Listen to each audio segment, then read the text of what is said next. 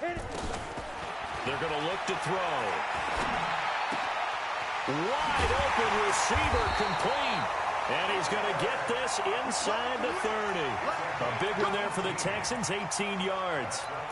Not only have they completed a couple on this drive, but they peeled off some pretty good chunks of yardage, too. Absolutely. Great start. 2 nice plays in the pass game. Now can they continue to feed off that?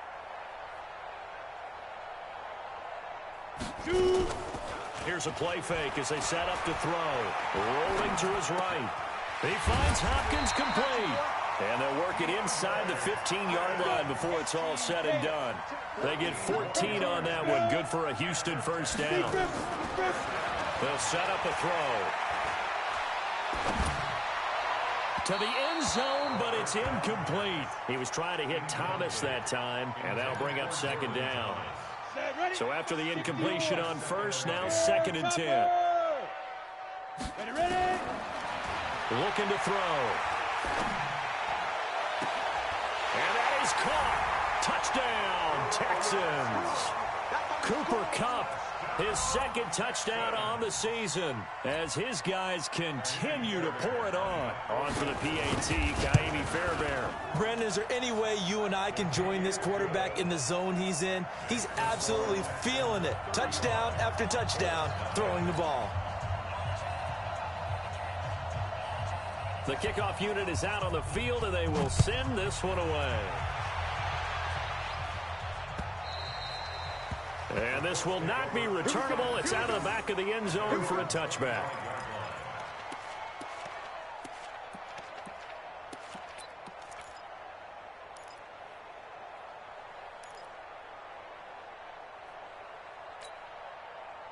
The Colts come to the line ready to start their next drive. And the interception thrown in the red zone last time. We'll see if they can rebound. I just have to think the last thing he said as they went back out there was, don't do that again. What do you think? What do you think? Yeah, I think that. I think that not only did he say that, but he also told him, let's put it in the end zone that it's supposed to be in, all right? The end zone we're trying to score. I know we're being a little bit facetious here, but the bottom line is take care of the football, and everything else should flow from there. Quick lesson, never ask the play-by-play guy a question. Hey, you're my partner. I know you're right there with me. Looking for more there on first down, but this throw downfield, incomplete. So 2nd down and 10. Once again, they'll go from the 40.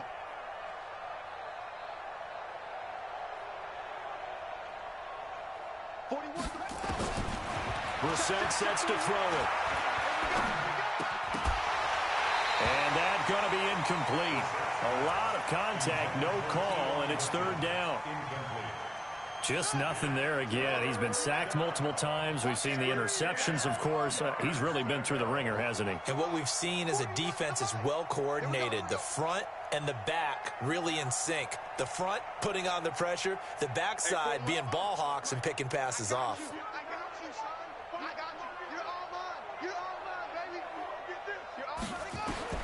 They'll throw again. Brissett going deep downfield for Ross. And my goodness, another interception. Picked off by the corner, Bradley Roby. And a big turnover there as his guys will get the football back. Houston's offense already at the line, set to get going. And this game comfortably in hand. The scoreboard speaks for itself, but you still got your starting quarterback out there. When do you go to the backup? Let him get some time. And that's one of the great questions in the NFL, Brandon, because I'm just going to tell you, in the 2015 season, I commentated on 3 games in a row. They were blowouts. And in none of them did the starting quarterback ever come out of the game for the team that had a big lead. And in each instance, I asked the coaches later on, why didn't you do that? And they all looked at me and said, just don't really do that in the NFL. You know, these guys play, and we just play them all the way through. Now, in certain situations, they will take them out, but for the most part, they're not as worried and concerned about getting them out of the game, and that's always puzzled me a little bit. We know this offense has the potential to strike quickly, and they just bit off 2 huge plays on back-to-back snaps. So on the other side of the ball, you've got to go Band of Brothers thought process. No one left behind, no pointing fingers, no accusations. Because if you don't, those quick strikes we just saw, they become long-lasting. 2 yards the gain on the keeper, and it's 2nd down.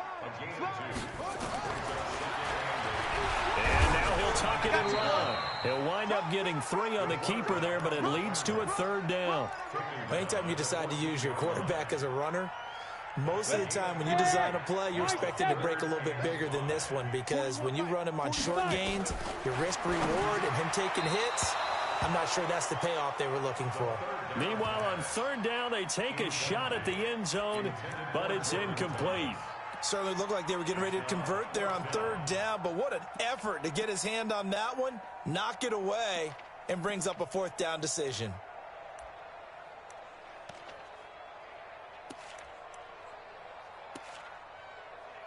And with things looking pretty good on the scoreboard, they're going to keep the offense out there and go for it here on 4th.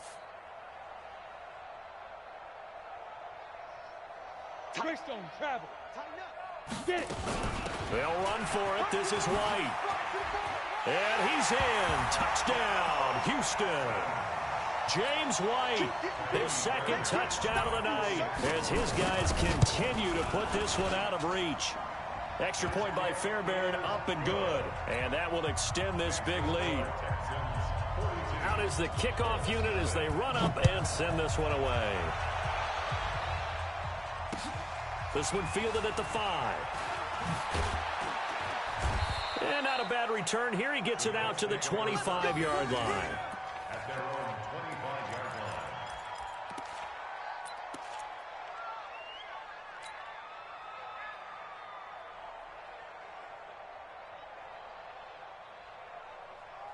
The Colts come to the line ready to start their next drive. And let's face it, this drive is not going to have any bearing on this game, but it's kind of important for one reason, isn't it? It certainly is. You got to get points. And this will be caught at the 30.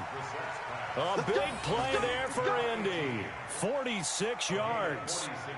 Defensively, I know they have the comfortable lead here in the 4th, but they do not want to give up big plays like that. They want to finish strong. So oftentimes in this situation, you tighten up underneath in your coverage, and you bring your safeties back.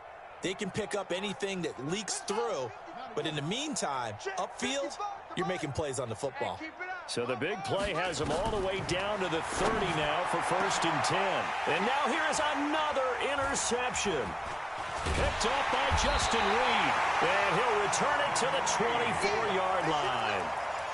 Just a little bit of a rough stretch. 6 interceptions now in these last 2 weeks combined. I know the easy thing is to go back to mechanics, footwork, things of that nature. I'm also wondering, is he getting fooled by what he's seeing on defense? Has the scouting report changed? Are they showing him things different than what he expected? For the 2nd week in a row, he's throwing it to the guys in the wrong color shirts. Yeah, he better figure, whatever the reason is, he better figure it out.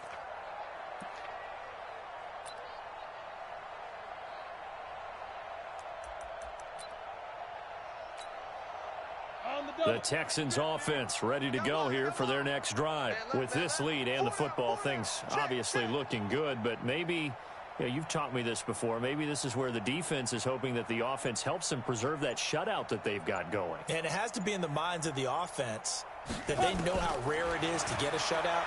So take care of them, protect them, take care of the ball. Nowhere to escape, and he goes down. Got to imagine the pass rush will be equally intense here on 2nd down following the sack. It's 2nd and 18. Trying to find Cup, but it's intercepted. Picked off by Malik Hooker.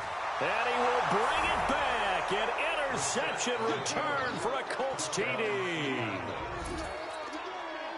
This game's still fairly well in hand, but I think now you go conservative, don't you? Go into your shell, just run the football? I think you have to, but you also have to tell your backs, make sure you're really protecting the football, because you're going to run into a stacked defensive front, which is why they were throwing the football before, trying to make sure they didn't get their backs, really beat up in that situation. Now, good luck to them. Extra point splits the uprights as they make the score just a slight bit more respectable here in the final quarter of play. So they throw the pick 6. They'll get another shot at it now as this one's in the air. And this will be a touchback as that sails over the end line.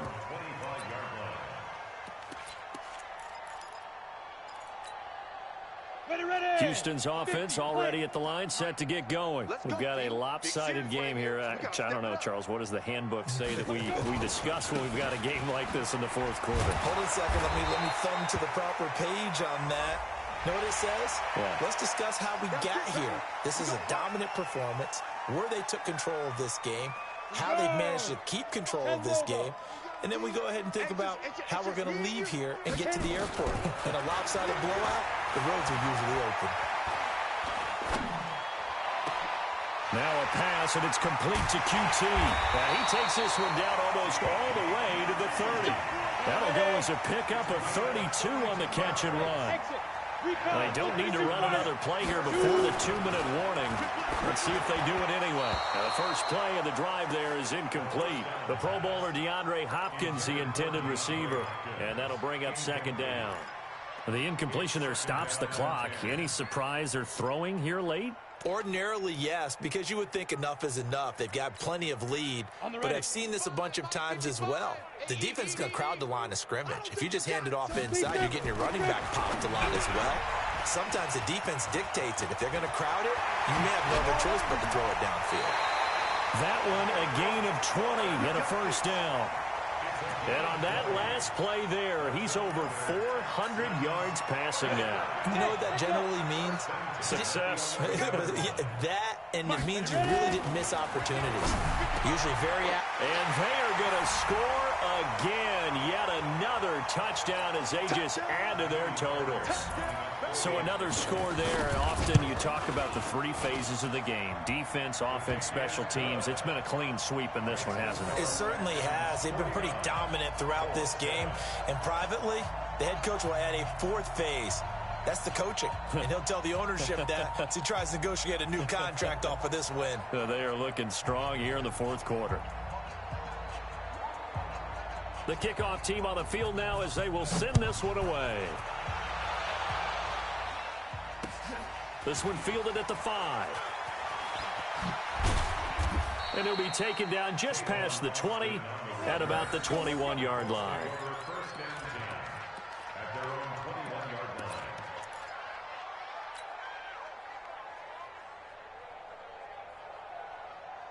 The Colts come to the line ready to start their next drive. They've lost this one. Their offense has struggled. Do they try to put together something here at the end just to take into next week? Yeah, sometimes teams want to do that and coaches want to. I remember one time I was on a team and we were losing late in a game like this, and you knew it was lost. It was over, right? And the coach called a running play and pretty much said to everyone, I want to see something executed well before we get out of here. And that was the message to the team. Just something to build on. Just something to build on, get it done, and maybe we can look at that and say, we'll get better as we go forward. He's going to... And my goodness, another interception. Picked up by Justin Reed.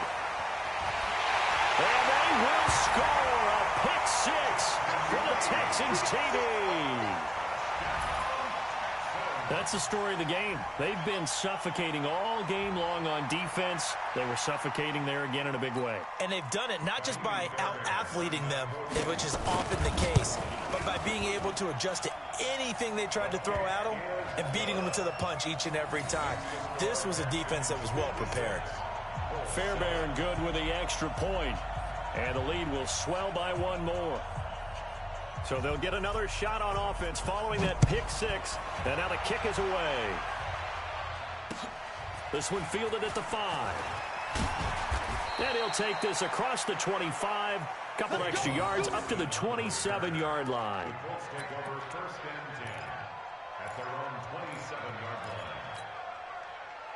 The Colts come to the line ready to start their next drive. They are just obviously getting shellacked here in this one, Charles. What's the message if you're a coach for this final drive in a lopsided game like this? For a lot of coaches, be honest. Don't forget today.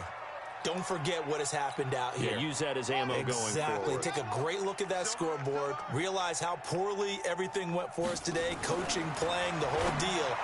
And never forget it, because you're not going to want that feeling again. No, you don't want that feeling again, and who knows? You may meet up with this team again. It'll be a gain of 17 and an Indianapolis first down. Throwing, Brissett. Pressure, and he's going to be taken down. They sack him back right around the 44. DJ Reader, his second sack of the night. Got his man complete over the middle. That's Ray.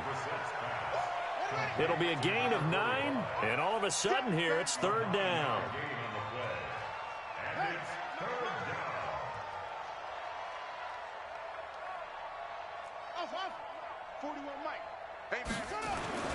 To throw is Brissett. And he finds Stills, complete. Indianapolis moving the chains there on a gain of 12.